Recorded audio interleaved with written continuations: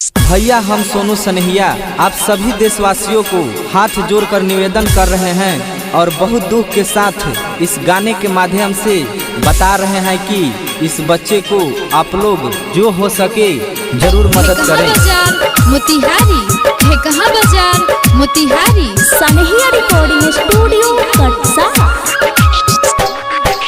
एगो लइका जूझता रोग से नाम हो ओकर आयंस कुमार, सुन के मिलत बारंबार, सुन के हिलल पूरा बिहार, कुछ नहीं करे सरकार।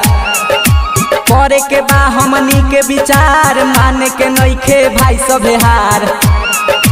होई समैया कैसे के पार, रोता माई एगो आंसू ढार। मांगता भिखिया चरा पसार, होई के बीच में हमनी के खार। एगो लइका जूझता रोग से नाम हो ओकर आयंस कुमार। सोनू कुशवाहा है कहाँ बाजार मोतिहारी सनहिया रिकॉर्डिंग स्टूडियो कटसा।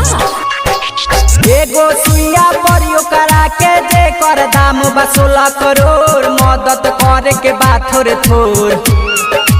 बाटे लगावेला तनी सा जोर, दीही लोग जल्दी से बिटोर। परतानी हम सबके गोर, कुछ दिन ला काम दीही छोर।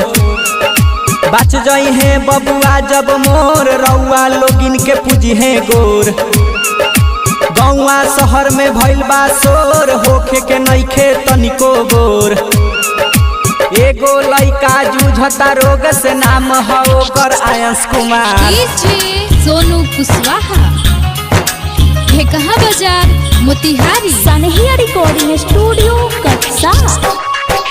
एगो लइका जूझता रोग से नाम हो ओकर आयंस कुमार, सुन के मिलत बारंबार, सुन के हिलल पूरा बिहार, कुछ नहीं करे सरकार।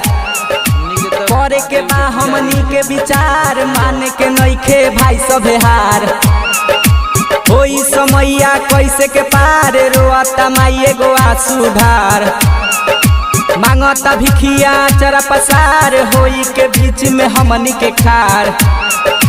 एगो लइका जूझता रोग से नाम हो ओकर आयंस कुमार।